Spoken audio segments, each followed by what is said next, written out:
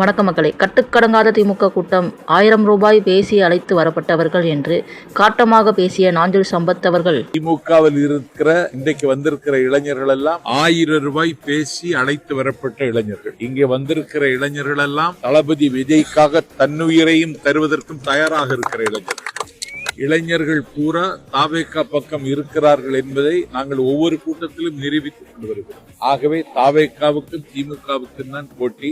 இந்த போட்டியில் விஜய் முந்துகிறார் என்பதற்கு இந்த கூட்டம் சாட்சி. தமிழ்நாட்டில் அடையாளம் காணப்பட்ட முக்கியமான தலைவர்கள் நீங்க ஒருவர், செங்கோட்டையன் ஒருவர், இது மாதிரி அடையாளம் காணப்பட்ட தலைவர்கள் மேற்கொண்டு மற்ற தலைவர்கள் தாவேகா வர வாய்ப்பு இருக்கா? தாவேகாவுக்கு அதிமுகவில் இருக்கிற பாதி பேர் வர போறாங்க. மக்கள் திலகம் எம்ஜிஆருக்கு பிறகு தாவேகாவின் தலைவர் விஜய் அவர்களை எம்ஜிஆராக பார்க்கிற அதிமுக தொண்டர்கள் அலை அலையாய் அணி அணியாய் தாவேகாவுக்கு இணைந்து கொண்டு வருகிறார்கள். ஆகவே அதிமுகவை காயப்படுத்துவதற்கு நாங்கள் விரும்பவில்லை.